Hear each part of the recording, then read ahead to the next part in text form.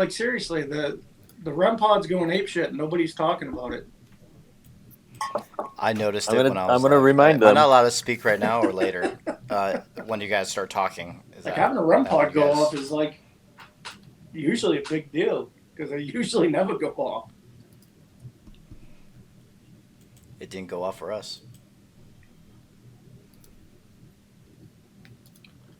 Matt, I'm just gonna check your audio real quick.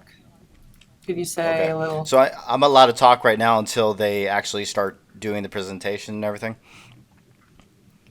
When Check. 1, 2, when are we 3. ready to go back? Check. 1, 2, 3. I might have to go I'm through not settings. hearing Matt. Are you hearing Matt? I'm not hearing Matt. Matt, is your microphone turned off? Okay, I just changed my There you settings. go. It's good now. There Yes. you go. We hear Okay. you. Perfection. Okay. Thank Well, you get that creepy red light going on. That's awesome. I love it. Oh yes, of course. Production. There you go. All right, so Go on your laptop.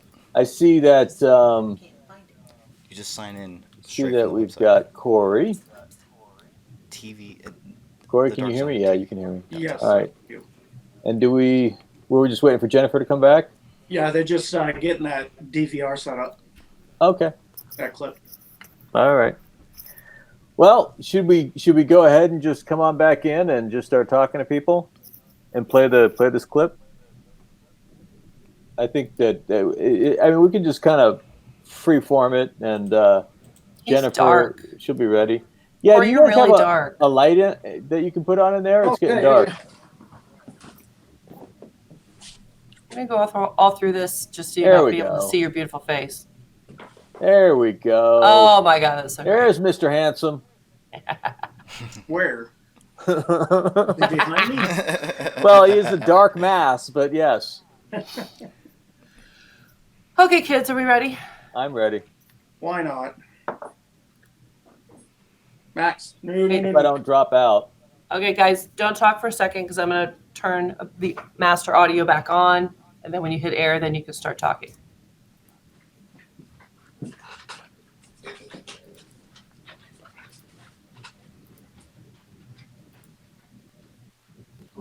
All right, we are back. Thank you guys for waiting. Thank you for the break.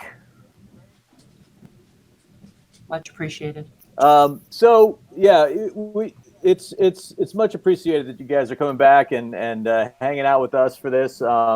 We totally love that everybody is spending time with the paranormal because this is something that we would want to do together, but we have to do it apart. But at least we are all coming together, kind of over the stream virtually. We heard you guys when you guys were talking about how you wanted to see more of the basement. So that is why the seance room is now the basement. So if you click on the seance room button, and maybe we'll get to change it at some point to say the basement, but it is now the basement. So you guys can get a look at that when you want. We also have this video that was sent to us. Let me just look real fast and find out who the awesome person is that sent this to us. Why do I think that the name is Mariola? Is that true? Yes, Mariola Newman from Ireland. Mariola Newman from Ireland, watching all the way from Ireland. She sent us the video. This is when Keith and Carl were on. They were talking, and Jennifer and Corey were on the couch. And if you look at the image, right over Jennifer's shoulder, it looks like there's a dark shadow that kind of almost leans around the corner and looks. And so we're going to look at this, and then the family has video from the DVR system that we can check out. That is the other room. So we're going to look at this first. So let's roll on this video and check this out, guys.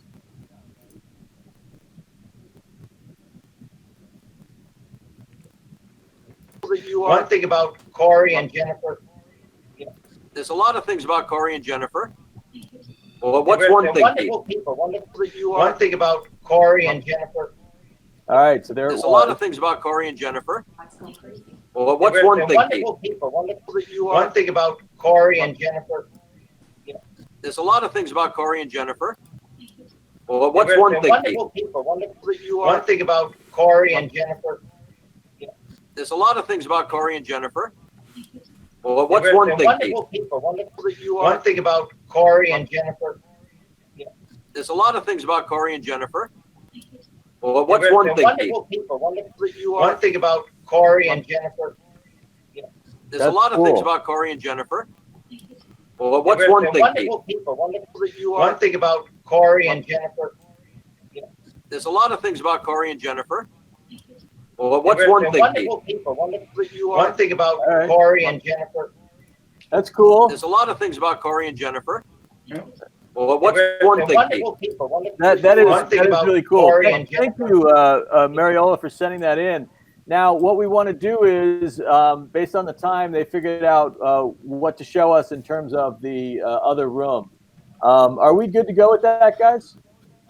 Should be good to go. Bill. All right, so what do we need to do on this? Do we need to look at the DVR split? What was the split? Bill's in the other room with What it now. camera is that, Kathleen? That one. Okay. All right, so the DVR split of that time period. I just wanted to show the timestamp that nobody's. Where is the timestamp? Up on top. So it It from was- what I can read online and from the video where I see people are chatting at 3:07. So the timestamp, I think I pulled it back to at least 3:06, a minute beforehand, just to show that nobody walked through that room and is standing in that corner. It should be on the Okay, so you're saying that the video shows the time is 3:07 and this you're starting at 3:06. Yeah, the video I saw, people start typing in at 3:07. So yeah, I pulled back to 3:06 just to show. I pulled back to 3:06 just to show 45 where Bill walks through the back there. So that's at least 40 seconds after people are already typing about it.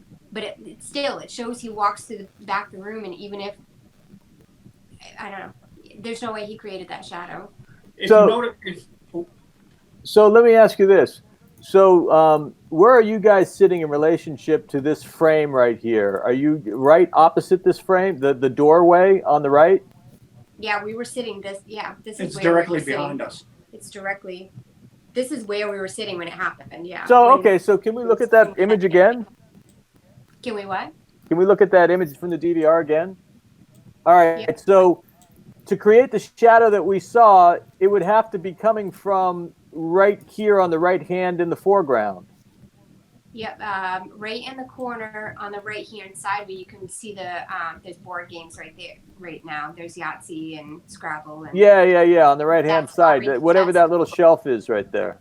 Yeah. That's where that shadow peeked out. yeah. And if anybody out there can give me a better timestamp, the video that I see, people are chatting below the video at 3:07. Right. Okay. That is There's pretty enough- cool. I mean, look, I don't know who was walking in the background back there, but that the placement and the timing is a little different. Yeah, Bill, you can see the time on the top right hand corner. So that was, I believe, 3:07:50, 3:07:47, something like that. Right, But but not only that, but he's nowhere near that area. I was gonna say, even if you try to rule out that same, like he still doesn't. He's not in that. Plus, we got light facing us this way, and when that thing peeks around the corner, it's still solid black. Right. You know, Bill's got a hat on. He's got glasses. You would have seen a reflection of his Right. glasses. You know, peeking around like that. Right, and even if you say he was in that corner over here behind our light source, he wasn't in here then, and he didn't step behind the light source. So Plus, watch how fast it moves. Yeah, It moves it's so fast. It's really interesting. It's interesting. I mean, I'm skeptical by nature because I mean that's kind of just how I approach everything. And so to me, it's one of those things where it's like, okay, somebody is walking through there kind of around the same time. It's like, okay, what could be going on there? Is there any way that there's another light source that's casting another shadow? And I don't know. we lost him. We I always lose agree, him. though. He always does this. Yeah, he's making me nuts. I know. I'm sorry. All right, so this is why we try to debunk everything. This is why it's awesome to have the cameras in different angles because. Right. Well, what I will say is, based on the way it peeks around the corner, I mean, it does look like a shadow person almost. You know, it not almost. It looks like a shadow person peeking around the corner, and then knowing that that's over this shoulder, and knowing that what is over there, and you can see it at the same. There's nothing over there. It's interesting. That is really interesting. Yeah, I like it. people. I like it. Good. I don't know how does everybody online feel about it. They want to play it again. They want to play the video, the original Kathleen, your video. They want to play that again. Everybody actually says it's super cool. A whole bunch of people are saying it's awesome. Well, that's what I love about having these cameras.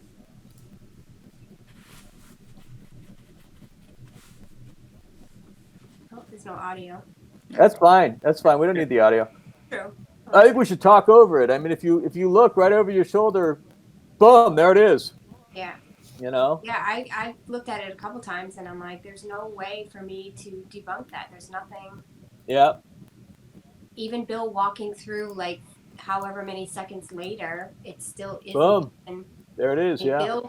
Bill was this way. Bill was on this side of us. Right. Yeah.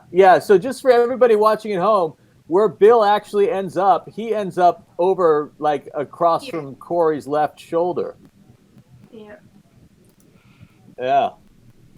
That's cool. And that was still at least 45 seconds after somebody had already seen it before he Right. was in the room. Right. That's cool. That is way cool. I love that. All right. Everybody's got. I'm sure everybody's got their opinion and their comments on it. But we've got the schedule to move on to, so we're going to move forward. So you guys, we have another guest. We got a special guest who would like to talk to you guys. This guy has been at the house recently before this whole lockdown kind of quarantine situation. You have been sharing the house with other paranormal groups. They have the ability to come in and kind of do what they want. They kind of come in, they investigate. Some of them are filmmakers. Some of them, are hardcore paranormal investigators. I think Matt Benton is both. He's the hardcore paranormal investigator with his team, plus he is a filmmaker. I have been friends on Facebook with Matt Benton for quite some time. Matt saw what we were doing with the Dark Zone early on, and being a filmmaker, he kind of reached out and said, "Hey, I'm interested in what you guys are doing," and we talked a couple times about a bunch of stuff, and then since then, Matt has just kind of taken off and started making TV, or I don't want to say TV, making films. He's been making films, and he's been doing his own stuff. So he came to the house, he did an investigation, and he is turning that into a documentary. It looks pretty cool. Matt, come on board. Let me say hi to you. How you doing, bud? I'm doing great. So tell me, why did you go out to the real Conjuring house, the farm? Why did you go out there? Well, I've been a fan of this place for a long time, ever since I've learned about it. Actually, I was trying to get access to it years ago, but in the past, no one could get access to it to investigate. And then I learned that new owners came on board here.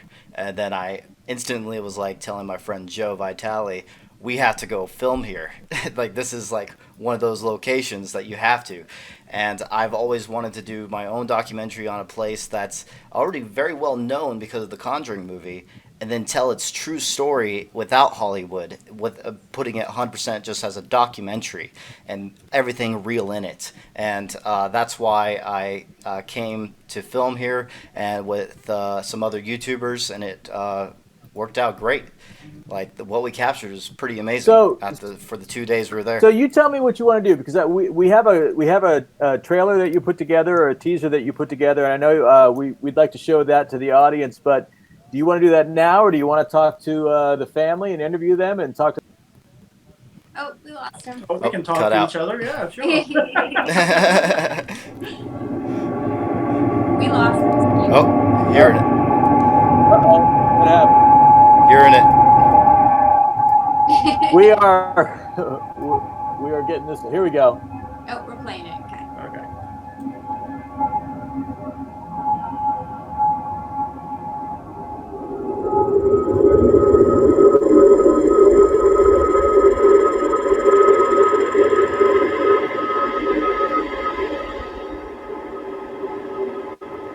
I do not believe that any exorcism, any ritual of a religious nature, or anyone could ever clear that home of the very negative spirits which are involved in it.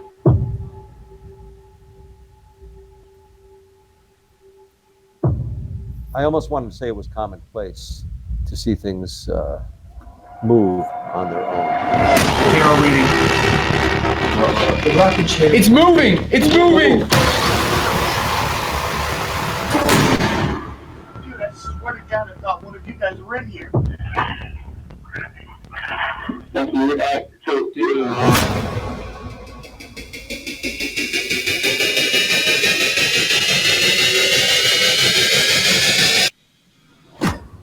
What do you think of Matt?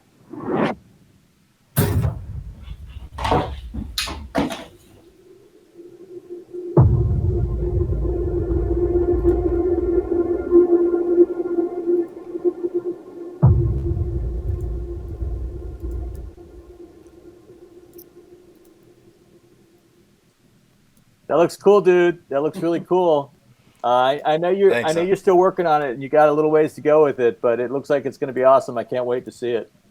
Oh yeah, it's already looking great so far. I've already sent it around to some people I know, and they are really loving it so far. So. All right, cool, awesome. Well, listen. So you've got some time with the family. So if you have questions, you want to talk to them. I mean, I don't know how much of your experience that you shared with them, because I know that they like to let paranormal groups kind of just come in and do their thing, and they step back from it. But it'd be great to kind of share some of the things you experienced, and if you have questions, and even if you've got some research that you've discovered that you might want to share with them, that would be cool too. I'll let you do your thing. Okay. Well, yeah. So like the house was very active for us, and they were actually in like the other room most of the time when we were investigating.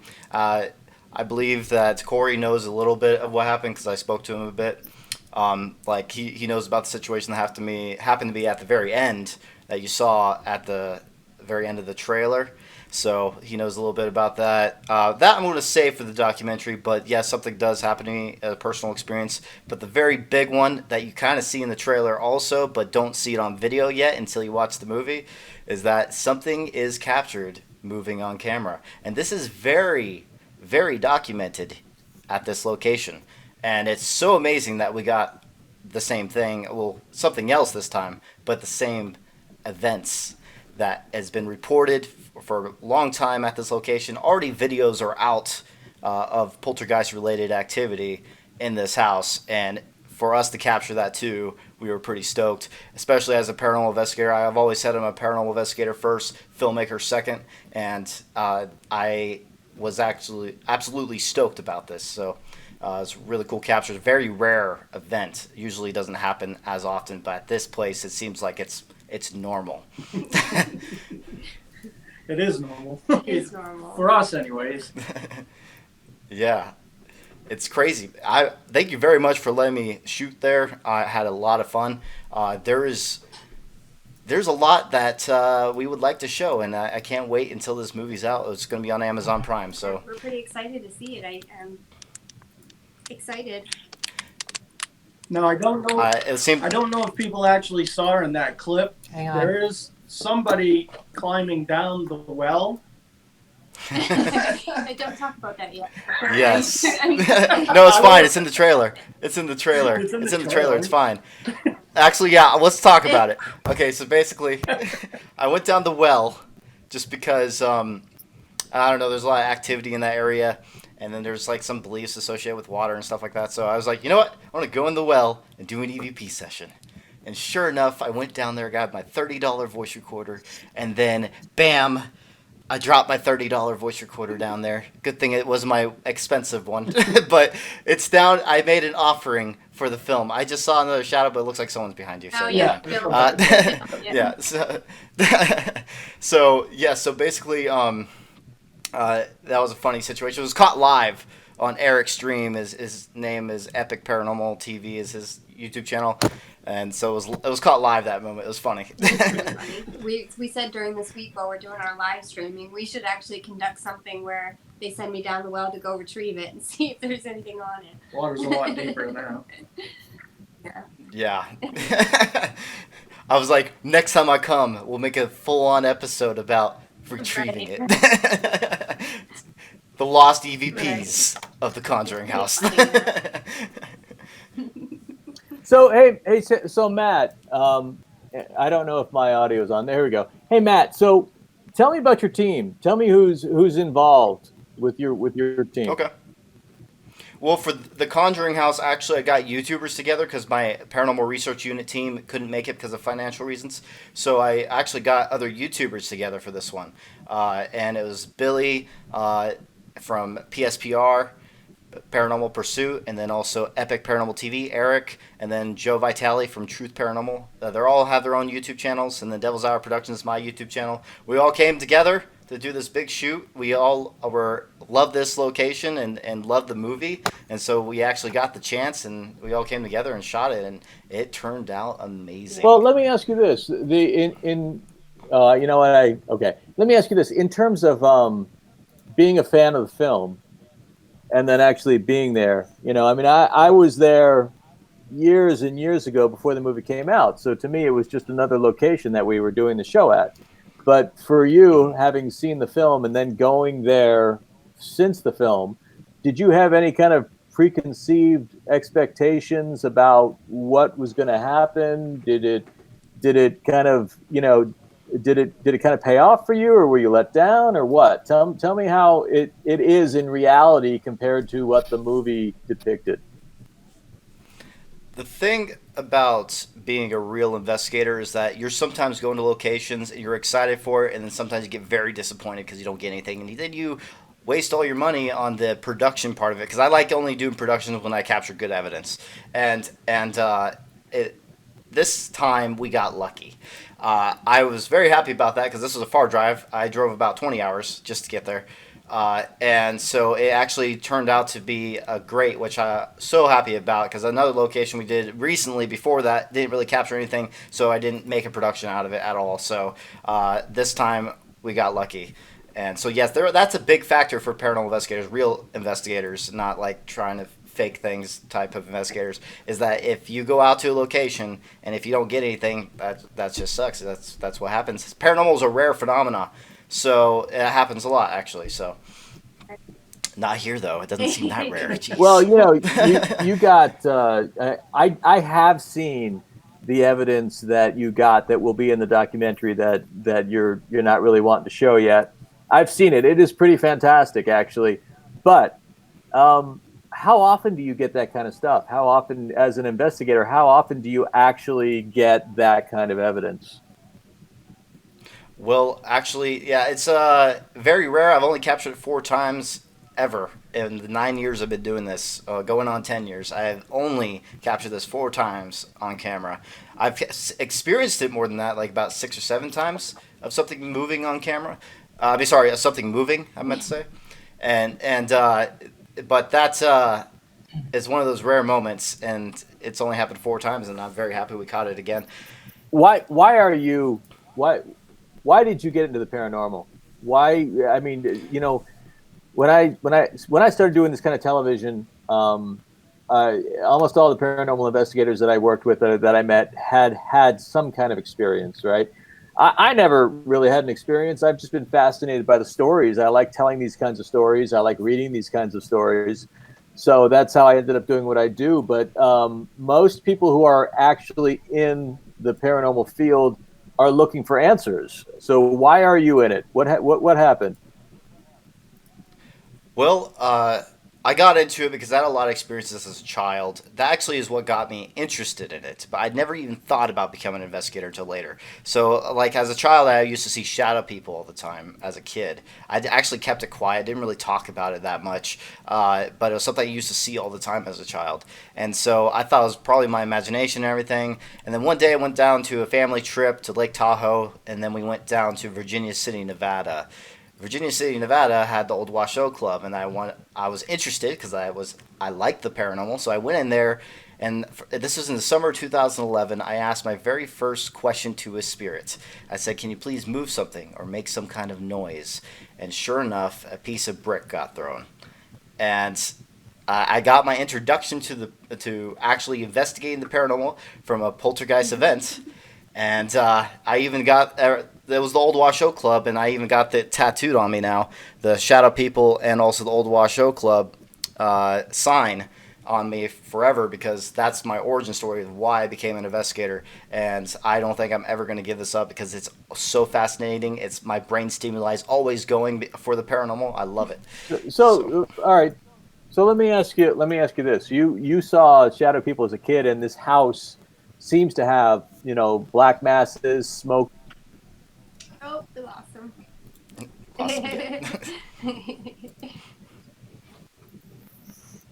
I missed a question mark. Apparently. Take two. Yeah. So Shadow People at the house. Did you have any Shadow People experiences at the house? No, not this house, actually. Actually, it's weird because the older I got, the less I started seeing the Shadow People. And now it's a bit more rare. Sometimes I still see them on investigations, but it's a lot more rare now. I used to see them all the time, and I kind of miss them. I miss those guys. So can you tell the audience any stories about, like if you were to, I know you've got the documentary coming out. I know you want to make sure that you protect some of it, so it's a nice surprise when people get to see it. But what can you tell us about your experiences at the house? Well, let's just say there's other activity there that I was not expecting. And it was a whole nother level. It actually made this investigation a lot more intriguing of what I think could be there based off of personal experiences. And also it's my own opinion. It's not like, everything I say is not the truth. No one's an expert in the paranormal field, is what I say. And this is all just I have my own theories, and same with the crew that I was working with have our own theories. Actually, Andrea has the most experience there, so I think she's more qualified. Yeah, no. I know what you're talking about. By the way, we got a picture of it's not the poster for the film, but it's your team. It's the group that was there. Yes. Let's check that out. Yeah, that's cool. That came out really good. That's a nice picture. How'd you get? Did you color the windows red after the fact, or did you guys have lights in there? And stuff? Yes. Okay. All right. Yes. The only time I add stuff like that is in like promotion photos. Right. I don't do that for like the movie. No, it's cool looking though. It's cool looking. So I think and look, I don't know how much your documentary is going to dive into this, and I don't know how much the audience knows about this, but. And Corey and Jennifer, you can probably speak to this as well, because nobody's really talked about this that much. But you know what? We can talk about how many takes. I'm coming back. I'm here, Matt. Okay. How many takes to get that one picture? Oh man, remember that? That was we spent like an hour or two. I think an hour. Just getting that photo. So. Yes. So this thing about this other activity that you're hinting at, Andrea does talk about it, and there's some discussion going around about not only paranormal activity, but potentially UFO and alien activity, and I think that's what you're hinting at. And actually, no, I wasn't hinting at that. Oh, you're not. Oh no, I wasn't. I was actually hinting that she's had a lot of experience there. She's been there for 10 years, so she might know more than I do. But I don't know because I interviewed her for the documentary, and I don't remember her talking about that, or maybe she has. I don't remember. It's been a bit. I mean, I would open that up to Corey and Jennifer. I mean, there are plenty of people that have been associated with the house over the years that do talk about this. I don't know if Andrea was going to talk about it or not, but this is not news to you guys. What do you know about this? What would you say about this? About UFO activity and stuff. Yeah. The shadow figure that me and Jen saw, not just right now, but when we first moved in here, the more and more we sat and talked about it and stuff, it looked like a gray. Right. I mean, she compared it to Slender Man, and the more and more I thought about it, it just had like a traditional gray look to it. And I mean, just UFO sightings. If you go on the MUFON website, it's just this whole area is like a hotbed for UFO activity. This is the first place, like right down the road, I should say, I saw my first UFO right down the road here. I actually filed a complaint with MUFON about it, but I was interviewed with MUFON about it because it was that amazing and so many people saw it. So, I mean, there's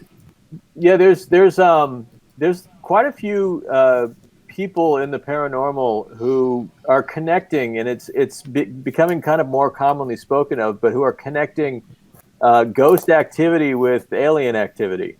And I started hearing about this a couple of years ago, but nobody's really delved into it too deeply. But Andrea is pretty convinced that there's that connection there at the house. Yeah, I agree. I think it makes sense. We never really looked into it until we bought the house. Like I feel like the more things that happen here, it does seem relevant too. I mean, every time Andrea comes, we can get photos of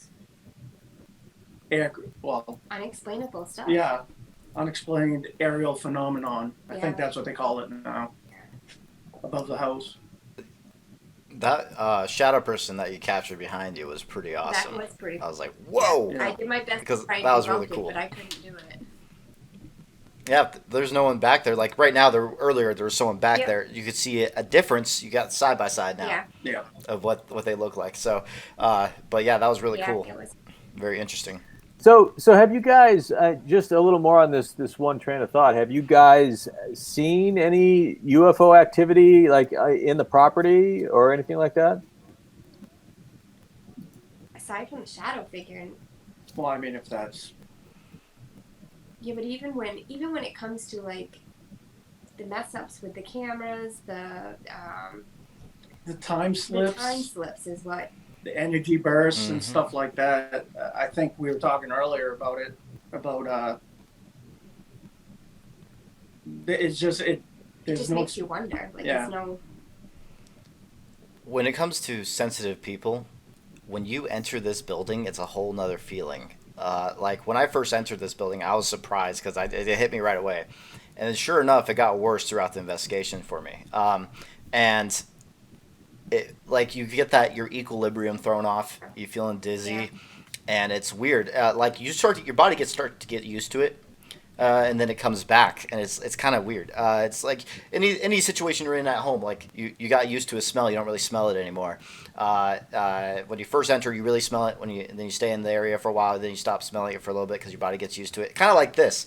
The equilibrium thing, you kind of get yourself accustomed to it, but then it got strong again at certain points during the investigation for me, and then some things led to another at the end of what you saw in the trailer. You'll see in the movie, and it'll go more in depth than that. So hey Matt, so what parts of the house did you feel were heavier or more intense for you?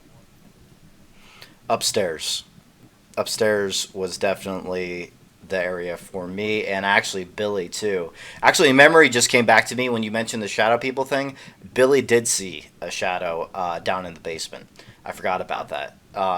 He actually did, so that was interesting. Wow. I think we lost him again.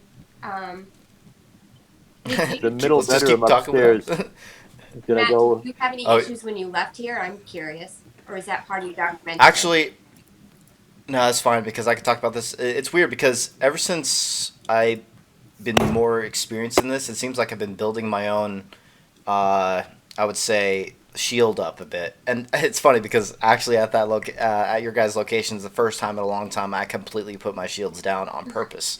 And then this happened to me. Actually, I purposely wanted it to happen, and I'm happy it happened.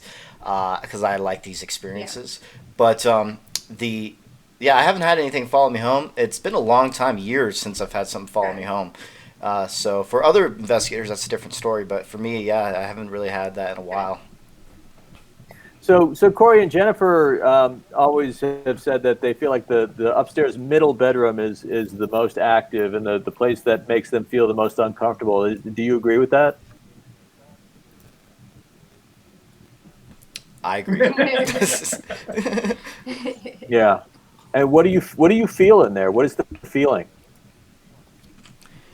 Oh man, during that moment that happened to me, I want to go more in depth into the documentary for that part, but I actually talked to Andrea about it, and something connected that I didn't even know about until I spoke to her about it. So that was really cool. Wait for the documentary for that part, but the feeling up there is definitely, you're getting that heaviness feeling and that dizziness feeling, and Billy felt the same thing. It wasn't just me upstairs in the same room.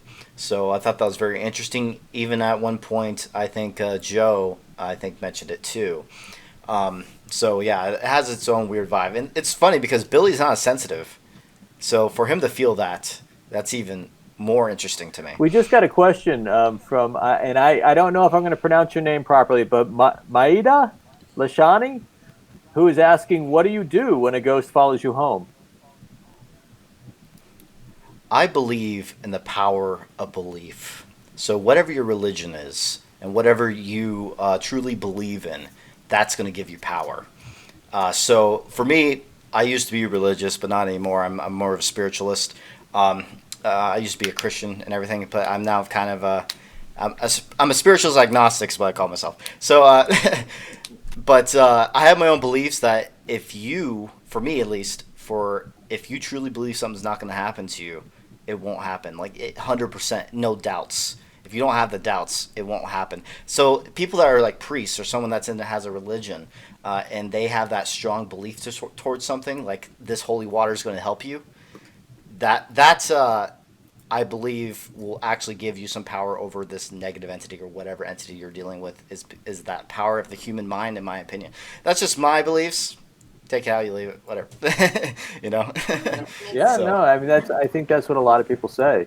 A lot of people say, if you believe strongly enough, and that belief can be a shield for you and can protect you, but that belief potentially could also invite experiences. Yes.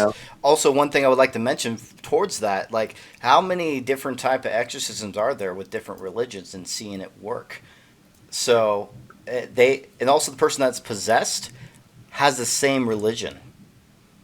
I never seen a possession of someone that's an atheist. I never seen a possession of someone that doesn't believe, is what I'm saying. So that's interesting to me. So I find throughout my research. Right. Yeah, the power of belief is very strong. We were talking yesterday about the kind of group belief, when you get enough people together who are believing and kind of sending their energy to one focal point with the whole Philip experiment thing. Our brains are powerful machines, and they do a lot of things that we don't quite understand, and we're also like, we're batteries, right? We're sending out energy.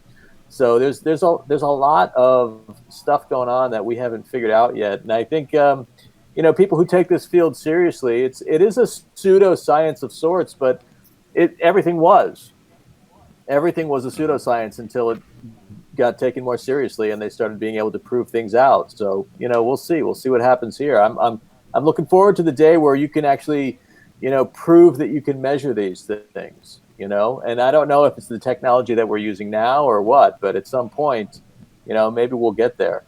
It'd be great.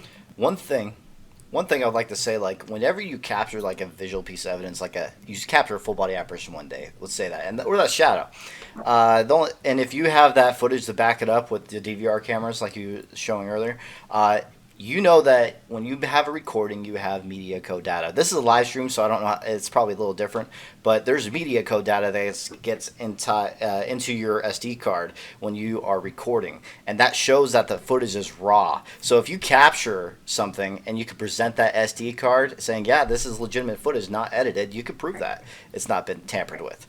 So that to me is if you capture full body apparition and you still have that SD card to prove it, and actually to have the media code data there, then I think that's really good evidence. Right. And that has always been the goal, right? I mean, from the very beginning of starting to do ghost hunters, the idea was, if you could get something captured on video and be able to roll the source footage, that would be worth, millions of dollars. I don't know if that's true anymore, because these teams tend to get a lot of stuff, but then it comes down to being open to interpretation, right? And almost anybody who's not actually there is going to say, well, I wasn't there. I didn't see it. How do I know? How do I know it wasn't tampered with? That's the only thing right there is you don't know if it's tampered with, but you could give them an option to see it for themselves. Like, okay, you want, like a scientist or a videographer wants to see your footage. You could give them that raw footage and be like, okay, that's interesting. This wasn't tampered with. But yes, when you're putting in a mass scale, like trying to say, yeah, you have to trust me that this SD card has the footage, and that's when it gets a little bit iffy for the mass majority to see that. But you could show them one at a time is what you can do. So yeah, there's that factor. How do you guys feel about that, Corey and Jennifer? In terms of how do you actually prove this? I mean, you guys have a very active house and you're shooting all the time and you're getting interesting footage, but how do you actually prove it? I'm sure people question the things that you capture all the time. Yep. I'm a firm believer, like, she hates me for doing it. Like, I never want to put out evidence. I don't hate you for doing it. I do the same. Because I'm just know how people are. And I'm a firm believer in, if people feel if it's not theirs, they're automatically going to be judgmental about it. Right. And I don't want to be like the butt of people's jokes and stuff like that. Like, I let the house speak for itself. Yeah. This is why we let people in and experience it for themselves, because I could put out 100 videos and all these people that are going to be like, oh, well, this, or, the ones that judge the videos, that's why I don't like to put them out myself. Anybody that comes here that captures evidence, I love that. Show people what you find, because I feel like when it comes from us, I just don't want people to think that we're tampering with things. That's why our evidence page on our website, it's all teams that have visited here. Right. It's none of our stuff. Right. It's like that's what has been caught by them, not by us. Right. So. Right. So just so you guys know, there's another shadow spotting. I saw it too. It was across the floor. It was around 6:50. Is there someone over there? And I don't know. I don't know if anybody was walking back there. So that's, you guys will have to determine that. It's 6:50. I heard Bill a little bit ago, but I don't know when. I can watch over it after though. 6:50. Yeah. It behind us. About 2 minutes ago. Yeah. Right behind you. Bill's in the basement. Bill's in the basement, so he could have been moving around back there.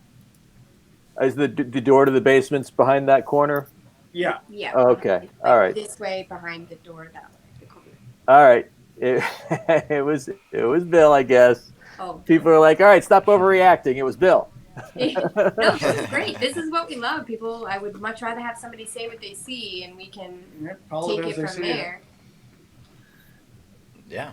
Actually, I forgot. I messaged you this, Jennifer, but I saw something over there. I didn't get a chance to review because it's live, but I saw something moving in the doorway. It looked like the door itself that moved at around 8:05 p.m. last night. So yeah, I mentioned that. I don't know. I didn't get the chance to debunk it. There he is. There's the bill. Yeah, I did see that. You said near the picture frame, and I think it's. Oh yes. Okay. Yeah, over there. Yeah. So it was like, actually, it was on that side. It was actually in that dining room, like where the seance took place. This way? Yes. And then it was that camera that caught it. So it was at 8:05 p.m. around that time. Not exact time, around that area. So. Hey, Matt. Hey Matt, do you Yes. have any experiments that you would do in the house? Any kind of tips you'd want to share, or experiments you want to share with these guys? Things that you'd like to see them do while we're doing this live thing? He's shaking his head. Run through the house naked. There you go. No. Well, I like using your own feelings, but here's the thing. There's also the idea of, like, when you do a self-deprivation experiment, there's the idea of that being your imagination and stuff like that. But I at the same time, it can maybe open yourself up. It's kind of open up to perspective. But I've seen you do that before. Corey, I've seen you do that before. So I like doing those experiments. You're just feeling your surroundings out. But that's not going to probably give you evidence. That I just heard the REM go off. The REM's been going off like crazy since we've been sitting through this whole thing. We're just sitting there smiling, and it's like, Is everybody? Yeah, like, what room is that? Is that the dining room? it's in the bacon room right next to the experiment. Yeah. Oh, okay. Is everybody hearing that and seeing that? I'm also hearing. They were I'm earlier. also hearing that that there's people are saying that there's stuff going on in the kitchen. Just have a little poltergeist activity in the basement. Nobody's down there. Nobody's in the kitchen. Nobody's in the kitchen. No, what you heard was I sat a football just on a stool, and I was like, if there are any spirits down here, can you knock this football off? We went down, sat down, we were all like watching it, and then dude, it just fell off. Did it get captured on camera? Oh, Yeah, we have it on camera. It's in the basement camera. He said people are in the feed or saying there's something going on in the kitchen. Maybe, but I know that we just had this ball like tossed off of the chair. Like, that's hilarious. One thing we're looking at the basement right now. I see it on the ground. Yeah. Is that something that we could? Can you go to the DVR and play that back for everybody? That's not the DVR camera though. Oh, is that one of our encoder Yeah, cameras? that's your guys'. No, Yeah, it is. facing that. Those are unplugged. Oh, those. Hey, you guys who are watching, anybody on the chat, did anybody see that happen? I actually have a question though. Are you guys like going to gather all this footage and create some kind of production out of this afterwards, out of curiosity? So, well, look, I mean, it is all being. Oh, maybe I shouldn't have said well, that. No. all of these streams are being recorded, right? I mean, the broadcast itself in its entirety, so people will be able to come back and check it out. Now, today we're supposed to have access to what happened yesterday. I think we do have access. We've got to kind of figure out the technical aspects of it so that we can put it up and people can see it. We haven't figured that out yet because this is also new to us. But I'll be honest with you. As an editor, I do not want to go. He said he would love to do that. Yeah, totally. No, I completely understand. Oh man, it was overwhelming. It's like overwhelming just thinking about it. Just because, but I would go by people's comments. I do not want to go through all this footage and look at it and cut something together. I tell you what, when this quarantine is over, I want to go outside and do something. I'm serious. I completely understand. Like, I was actually supposed to get all the DVR footage from our whole investigation, and that was overwhelming me. But I didn't have enough terabytes to get all the footage, so I decided to just, use the footage of those moments that were important. So I don't have as much to review. It took me still a month to review everything. Perfect timing being stuck at home and be able to do that. Ray, yeah, now I'm in editing. Ray Kronjager on here is saying he's got 8 hours recorded for his personal use. Ray, make sure you reach out to us and check with us if you can use that, okay? make sure that you're good to use that, buddy. Just don't post it on YouTube. Yeah. That's all right, man. All right, so listen, we're coming up on 4:00, Matt. We're winding down on your segment here, but if there's anything you want to ask these guys or tell these guys before we move on to the next thing, here's your time. Or Corey and Jennifer, if you got anything you want to ask Matt about his time there, go for it. We're winding this one down. I don't really have any questions. I'm sure once we see the documentary, like everybody else, it'll be amazing. I want to say that they had a lot of energy while they were here, and I think that probably we talked earlier about people's energies can really help amp things up, and the four of them, like, just watching them having so much fun. I just think that that's probably why your energy probably helped that along, because you guys really seem to be enjoying it. And that's why I brought Eric Connor along, because him and I are very different investigators, but he brings the energy. Yeah, no, it was fun. It was good to see, like, when you guys kept coming up to the door and knocking on the door, you guys always had questions. And when people are asking questions, that means they're like a sponge. They want to absorb that information and stuff, you know, and that's what it's all about is learning. If you're not continuously learning, you're doing yourself an injustice. And like, if you have a client base, you're doing them an injustice and stuff like that. But you guys kept coming in and wanting more and more and more. And that was awesome to us, because, you know, that's what it's all about. Right. So thank you for that. We're very passionate paranormal investigators. I'm looking at the chats here, Matt, and there's a lot of people saying they can't wait to see your documentary.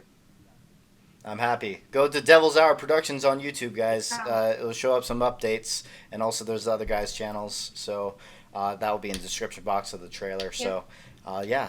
All right, Matt. Thanks for coming on board, dude. Thanks for helping us with this. Thanks for spending your time with the Heinzen family and with us. And it was great to finally meet you. And you know, I can't wait to see what your experiences were at the house. So let us know when that thing comes out, okay? Will do. I had fun. All right. Thanks a lot. Thanks, Matt. Hey, so see ya. Hey, so guys, that was our last guest for today. Based on what we've got on the schedule, you have coming up a ghost box session is what the schedule says, and another investigation. Honestly, it can be anything you want. It's entirely up to you now. You can do your thing, you know. So I think the audience